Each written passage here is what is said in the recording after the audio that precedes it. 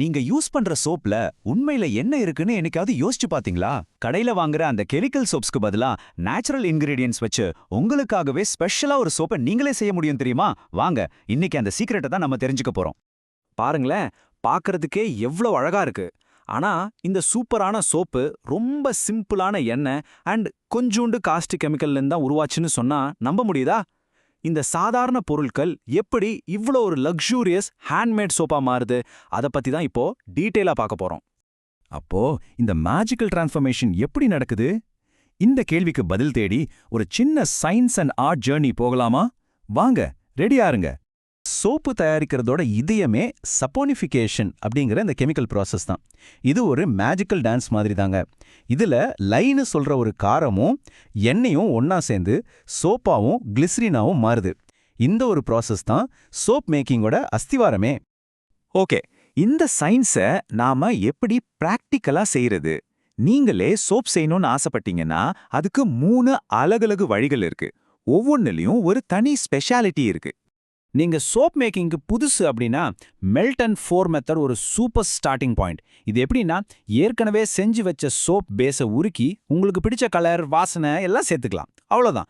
ஆனா உங்களுக்கு கொஞ்சம் அட்வென்ச்சரஸா ஏதாவது செய்யணும்னா கோல்ட் இல்லனா ஹாட் ப்ராசஸ் முறைகளை ட்ரை பண்ணலாம்.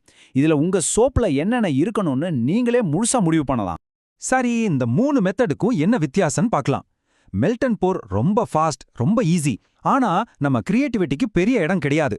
இன்னொரு பக்கம் பாத்தீங்கன்னா, கோல்ட் அண்ட் ஹாட் ப்ராசஸ்ல நமக்கு முழு கண்ட்ரோல் இருக்கும். ஆனா அதுக்கு கொஞ்சம் பொறுமை ரொம்பவே முக்கியம். இன்னைக்கு நாம கோல்ட் ப்ராசஸ் மெத்தட் பத்தி தான் டீப்பா பார்க்க போறோம். சொல்லப்போனா இது என்னோட ஃபேவரட் மெத்தட். ஏன்னா இதுல தான் நம்ம கிரியேட்டிவிட்டிக்கு முழு சுதந்திரம் கிடைக்கும். உண்மையிலே ரொம்ப யுனிக்கான அழகான சோப்ஸை உருவாக்க முடியும். ஓகே, இப்ப எல்லாருக்கும் மனசுல ஓடுற ஒரு விஷயத்த பத்தி பேசலாம். லை. ஆமாங்க, இது ஒரு காஸ்டிக் கெமிக்கல் தான். கவனமா ஹேண்டில் பண்ணலன்னா ஆபத்து தான். ஆனா பயப்படாதீங்க. கரெக்டான சேஃப்டி கியர்ஸ், கொஞ்சம் நாலேஜ் இதெல்லாம் இருந்தா போதும், நீங்க லைய ரொம்ப சேஃபாவும் நம்பிக்கையாவும் ஹேண்டில் பண்ணலாம். லைய கூட வேலை செய்யும்போது சேஃப்டி தான் நம்ம ஃபர்ஸ்ட் ப்ரையாரிட்டி. அதனால தான் கண்ணுக்கு கண்ணாடி, கைக்கு கிளவுஸ், அப்புறம் ஃபுல் ஸ்லீவ்ஸ் போட்டிருக்கிறது ரொம்ப முக்கியம். அப்புறம் ஒரு கோல்டன் ரூல் இருக்கு, அதை நல்லா ஞாபகம் வச்சுக்கோங்க. எப்பவுமே லைய தான் தண்ணியில கொஞ்சம் கொஞ்சமா சேர்க்கணும். ஒருபோதும் தண்ணிய லைல ஊத்திடவே கூடாது. இது ஒரு டேஞ்சரஸான ரியாக்ஷனை தடுத்துடும். இவ்வளோ டேஞ்சரான ஒரு பொருளை நான் என் ஸ்கின்ல யூஸ் பண்ணணுமா அப்படின்னு நீங்க யோசிக்கலாம். ஆனா உண்மை என்னன்னா, அந்த சப்போனிஃபிகேஷன் ப்ராசஸ் முடிஞ்சதுக்கு அப்புறம் சோப்ல ஒரு சொட்டு லை கூட மிச்சம் இருக்காது. அது கம்ப்ளீட்டா நம்ம ஸ்கின்னுக்கு ரொம்ப நல்ல ஒரு ஜென்டிலான சோப்பா மாறிடும். கோல்டு ப்ராசஸ் மெத்தட் ஒரு கேக்கு பேக் பண்ற மாதிரி தாங்க. ஃபர்ஸ்ட் தேவையான பொருட்களை ரெடி பண்றோம், அப்புறம் அது எல்லாம் ஒண்ணா மிக்ஸ் பண்றோம், கடைசியா மோல்டுல ஊத்தி செட் ஆக விட்டுடுறோம். இது ஒரு சிம்பிளான ப்ராசஸ் தான், ஆனா கொஞ்சம் பொறுமையும் கவனமும் தேவைப்படும். கோல்டு ப்ராசஸ்ல ரொம்ப ரொம்ப முக்கியமான ஸ்டேஜ் எதுன்னா ட்ரேஸ் அப்படிங்கிற நிலையை அடையிறது தான். இது எப்போ வரும்னா, எண்ணெயும் லை சொல்யூஷனும் கம்ப்ளீட்டா கலந்து உங்க சோப் மிக்ஸ் ஒரு திக்கான புட்டிங் பதத்துக்கு வரும். இதுதான் உங்க சோப்பை மோல்டுல ஊத்துறதுக்கு கரெக்டான டைம் அப்படிங்கிறதுக்கான சிக்னல். இங்க பாருங்க, அந்த சோப் மிக்ஸை மேல தூக்கி விடும்போது அதோட தடம் சர்ஃபேஸ்ல அப்படியே நிக்குது இல்லையா? இதுதான் ட்ரேஸ். நம்ம சோப் கரெக்டா வரப்போகுதுங்கிறதுக்கான ஒரு அழகான சைன் இது. இந்த சரியான பதத்தை கொண்டு வர்றது தான் இந்த கலையோட திறவுகோலி. ஓகே, இப்போ சோப் மேக்கிங்கோட சயின்ஸ்ல நம்ம ஓரளவுக்கு மாஸ்டர் ஆயிட்டோம். இனி அதோட கலைப்பகுதிக்குள்ள போகலாமாங்க? இங்க தான் அசல் மஜாலே இருக்கு. உங்க இமேஜினேஷனை நீங்க எங்க வேணா கூட்டிட்டு போகலாம். நாமளே சோப்பு செய்யறதுல பெஸ்ட் பார்ட்டே இதுதாங்க. உங்களுக்கு பிடிச்ச எசென்ஷியல் ஆயில்ஸ், அழகான கலர்ஸ், இல்லைனா ஓட்ஸ், காஃபி பவுடர் மாதிரி ஸ்கின்னுக்கு நல்லது செய்யற பொருட்களை சேர்த்து உங்க மனசுக்கு பிடிச்ச மாதிரி ஒரு சோப்பை உருவாக்கலாம். Possibilities R endless. உங்க சோப்புக்கு கலர் கொடுக்க ஆர்டிஃபிஷியல் டைஸ் எல்லாம் தேவையே இல்ல. நம்ம கிச்சன்லயே போலடனி நேச்சுரல் கலர்ஸ் இருக்கு. மஞ்சள் ஒரு சூப்பரான கோல்டன் கலரையும், கோகோ பவுடர் ஒரு நல்ல சாக்லேட் பிரவுன் கலரையும் கொடுக்கும். இது எல்லாமே இயற்கையானது, நம்ம ஸ்கின்னுக்கும் ரொம்ப நல்லது.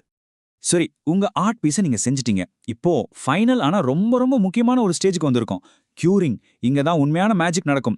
உங்க சோப் சாஃப்டான ஒரு மிக்ஸ்ல இருந்து நல்ல ஹார்டான, ரொம்ப நாளைக்கு வரக்கூடிய ஒரு கட்டியா மாறப்போகுது. கியூரிங்கிறது ஒரு நல்ல வைனை ஏஜ் பண்ற மாதிரி தாங்க. இது ரொம்ப மெதுவான, ஸ்டெடியான ஒரு ப்ராசஸ். சோப்ல இருக்கிற எக்ஸ்ட்ரா தண்ணி எல்லாம் ஆவியாகி நமக்கு நல்ல ஹார்டான, லாங் லாஸ்டிங்கான ஒரு சோப் பார் கிடைக்கும். சொல்லப்போனா ஒரு நல்ல சோப்புக்கும் ஒரு சூப்பரான சோப்புக்கும் இருக்கிற வித்தியாசத்தை இந்த ஸ்டெப் தான் முடிவு பண்ணும். ஆமாங்க, 4ல இருந்து 6 வாரம் வெயிட் பண்றது கொஞ்சம் கஷ்டம்தான். ஆனா நம்புங்க, அந்த வெயிட்டிங்குக்கு கண்டிப்பா பலன் உண்டு. சரியா கியூரான சோப் தான் ரொம்ப நாளைக்கு வரும், நல்ல நுர கொடுக்கும், நம்ம ஸ்கின்னுக்கும் ரொம்பவே ஜென்டிலா இருக்கும். அதனால பொறுமையா இருங்க, உங்க சோப் அதோட மேஜிக்க செய்யட்டும். அவ்வளோ நாள் காத்திருந்ததுக்கு என்ன பலன் கிடைக்கும்னு கேக்குறீங்களா? உங்க ஸ்கின்னுக்கு ரொம்ப சாஃப்டான, சூப்பரான வாசனை இருக்கிற, ஹார்டான, ரொம்ப நாளைக்கு வரக்கூடிய ஒரு சோப் பார். இது ஒரு சின்ன லக்ஸரி மாதிரி. அந்த மேஜிக்குக்கு காரணம் கியூரிங் தான். இப்போ சோப் மேக்கிங்கோட சீக்ரெட்ஸ் எல்லாம் உங்களுக்கும் தெரியும். இனி எதுக்கு வெயிட் பண்ணணும்? நீங்களும் உங்களுக்காக அழகான ஹேண்ட்மேட் சோப்ஸை செய்ய ஆரம்பிங்க. உங்க கிரியேட்டிவிட்டியை யூஸ் பண்ணி ஒருவேளை நீங்க ஒரு புது ஹாபியை கூட கண்டுபிடிக்கலாம்.